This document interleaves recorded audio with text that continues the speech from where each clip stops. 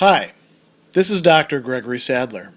I'm a professor of philosophy and the president and founder of an educational consulting company called Reason.io, where we put philosophy into practice. I've studied and taught philosophy for over 20 years, and I find that many people run into difficulties reading classic philosophical texts. Sometimes it's the way things are said or how the text is structured. But the concepts themselves are not always that complicated, and that's where I come in. To help students and lifelong learners, I've been producing longer lecture videos and posting them to YouTube. Many viewers say they find them useful. What you're currently watching is part of a new series of shorter videos, each of them focused on one core concept from an important philosophical text. I hope you find it useful as well.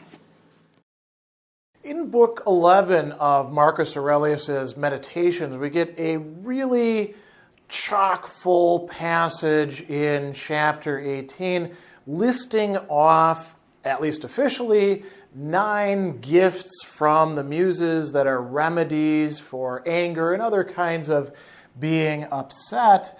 And then it's going to turn out that there's a 10th one from Apollo, and I think we can also say that there's at least 2 more that are packed in there. And so we're going to go through each of these. And Marcus is telling us really about 3/4 of the way through that we should keep in mind, memneso, right, to remember, to recall, keep top of mind, you might say, these 9 points, which in Greek are kephalon, or the beginnings of chapters, you could even say. So each of these can be expanded out into its own mindset, its own exercise, its own insight to be practically applied, and he's listing them off with a little bit of discussion with some of them.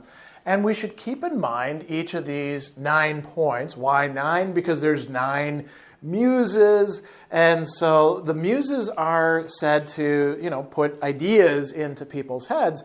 So look at these, wherever they come from, whether you get them on your own, from somebody other than Marcus, from Marcus himself. Look at them as sort of divine gifts that are there to be remedies for falling into anger, hatred, being upset with your fellow human beings, or perhaps even with other things, non-living things, not allowing the weather to tick you off. But these are mostly about human beings.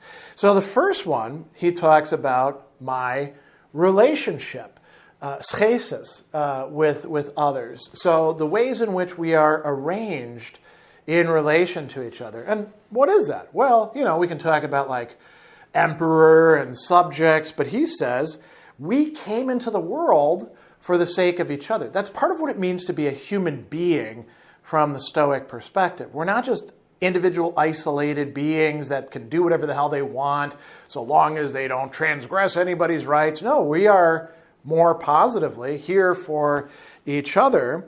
And he says, or from another point of view, I came into it to be their guardian, as the ram is of the flock and the bull of the herd. That's an idea he probably got from Epictetus. We find this in his discourses. And so, he's held to a higher standard. Getting angry will interfere with that. So reminding himself of the relationships that he has can be quite helpful. And we can do that as well, even though we're not emperors, with our own relationships.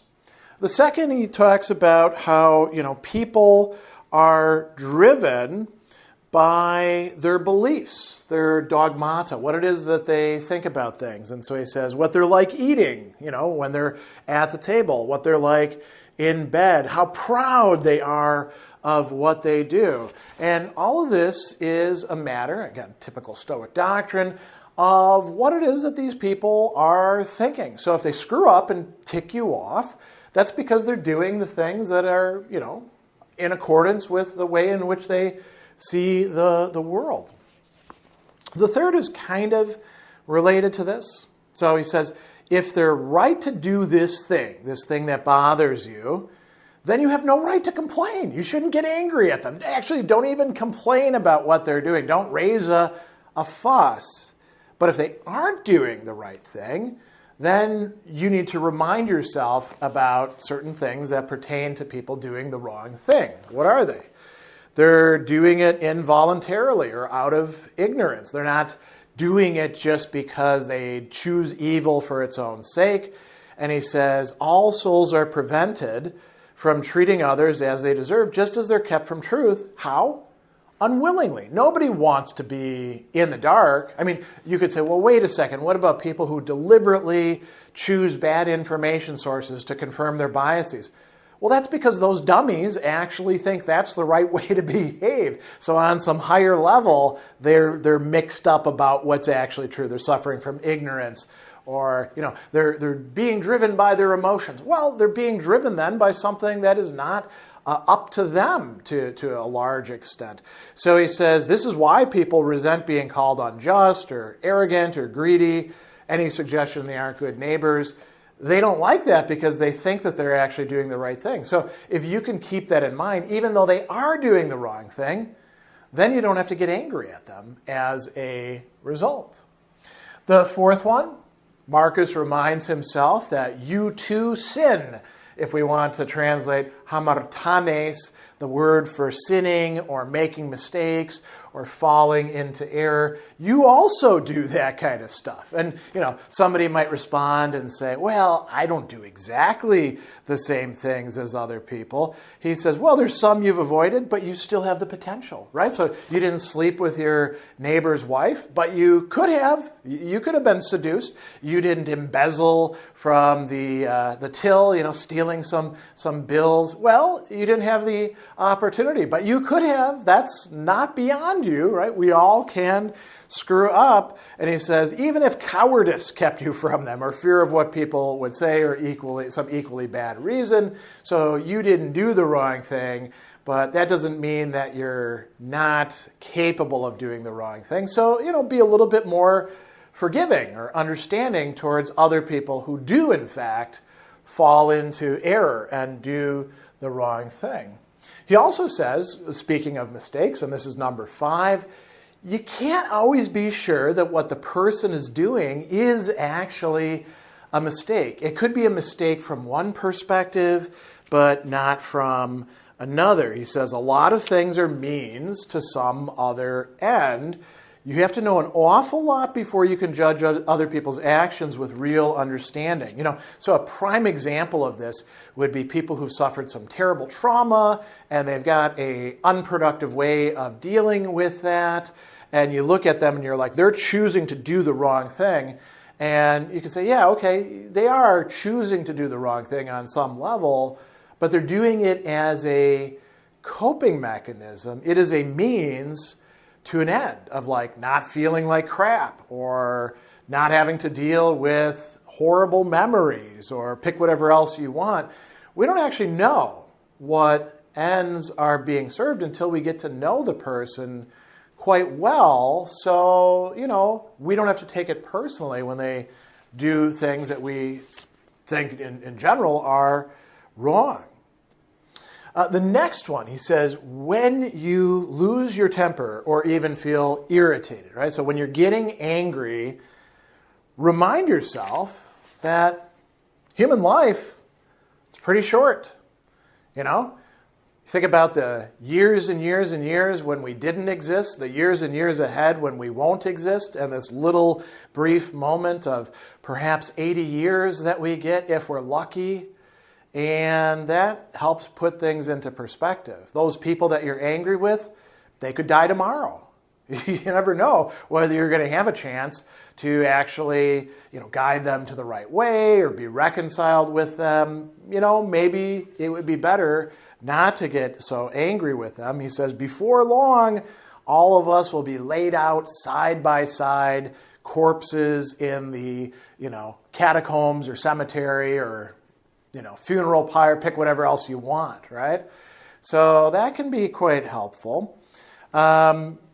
Number 7, he talks about why we get upset about things. He says it's not what they do, other people do, poiein, right? The actions they engage in that actually bothers us. That's a problem for their minds, not ours. What bothers us? So it's translated here as misperceptions. More literally, it's our assumptions and presumably misguided assumptions. Hupolepses. This is a term that Marcus uses quite a lot, sometimes translated as perceptions or opinions, but the better translation for it is assumptions or judgments, right? So it's those things that get us angry, bothered. He says, discard them. Be willing to give up thinking of something as a catastrophe, and your anger is gone. So, what would be a prime example of this? You go to a restaurant and you order something, and, you've got kind of a very specific order, and you make sure that the server knows it, and it comes to the table, and it's got the onions on it that you can't stand and didn't want and made sure that they wouldn't do it, and somehow the cook screwed up, right? It's not something that you have to get angry about because it's not a catastrophe. Right? It's not that big of a deal. Pick the onions off, right? Or if you can't pick the onions off, maybe order another thing. So he says, how do you do this? Recognizing you've suffered no injury, no disgrace, unless this is the only thing that can hurt you. You're doomed to commit innumerable offenses. So don't let these things get to you. Another thing that he says, number 8, getting angry, orge, and grief, lupe. These things are, now the translation here is how much more damage anger and grief do than the things that cause them. But damage is only one aspect of that. Literally, these two emotions, anger and grief or pain, are more difficult. Halapoteron, right? Halapos means difficult, and so halapoteron means more difficult than other things. Don't let yourself fall into anger, and you won't have to deal with the difficulties that arise out of feeling angry or feeling grieved over things. And then the 9th one, he's got a long discussion here. He says, this is kind of interesting, kindness, eumenes, which we can translate as kindness, being gentle, being nice to other people, looking at them as if they're not, bad, being good to them, he says, is unbeatable. Aniketon. This comes from the Greek word nike, to have victory, to have success, to triumph over. So kindness can't be beaten. Nothing can triumph over it if, he says, it's sincere. Gnesion, right? So fake kindness very quickly can be beaten.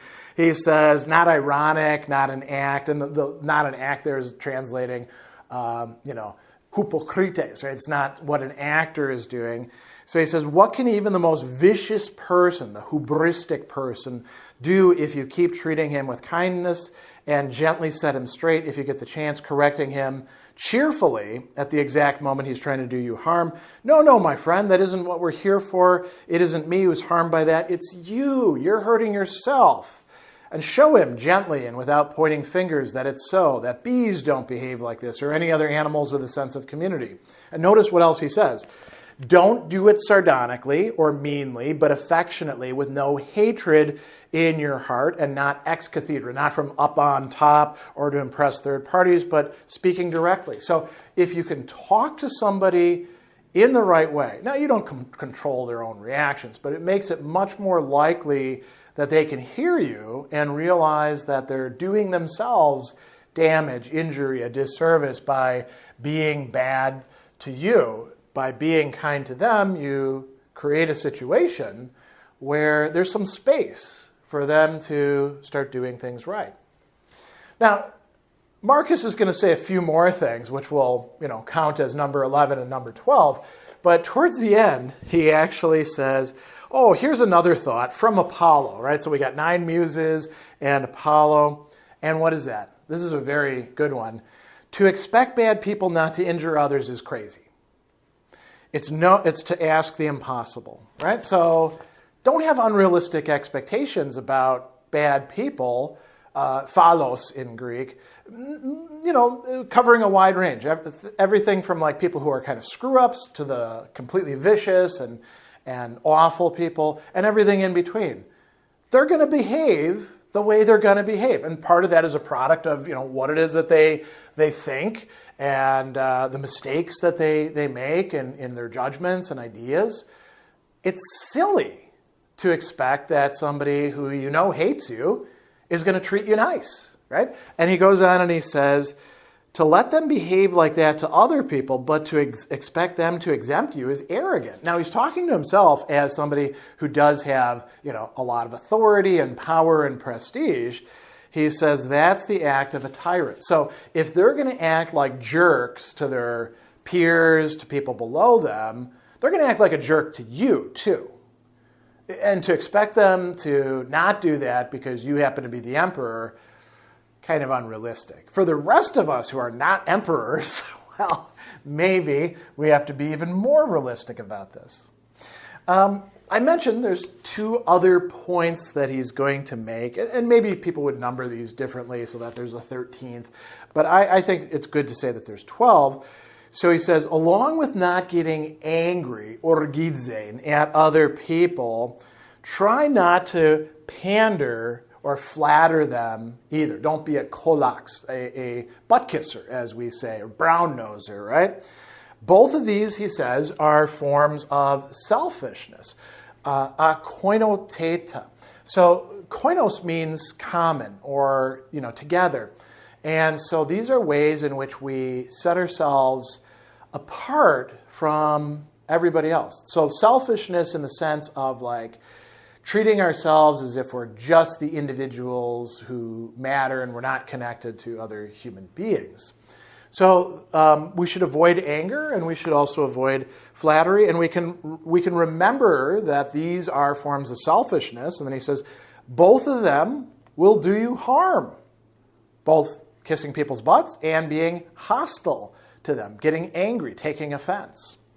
The 12th one, he says, when you start to lose your temper, remember. So when you're falling into anger, remember this. And this is about manliness or virility. And it's kind of interesting. It could also be extended into courage, which is connected with that linguistically. So anger, getting angry, thumasthai, losing your temper, isn't manly. Andrikon. A lot of people think that it is. It's macho. It's, being a real man. Marcus is saying, nope, not at all. Getting angry at people isn't being manly. It's actually being a wimp. It's being a weak person, not really a man at all. Why? Because a real man behaves differently than that. And then notice what he's going to do. He's going to sort of extend the consideration. So you might say, well, this doesn't apply to women. No, it does. Because he says it's courtesy and kindness or gentleness. Ta praun. This is the word for restraining one's anger, being in charge of one's emotions, having what we call these days emotional intelligence, right? This is distinctively not manly, but human. It belongs to the anthropos, the human being, to actually be gentle with other human beings. And then he goes on, he says, that's who actually has strength, ischrus, right? And nerves and guts, not angry whiners. To react like that brings you closer to impassivity and so to strength, meaning to be gentle with others. Pain is the opposite of strength, so is anger.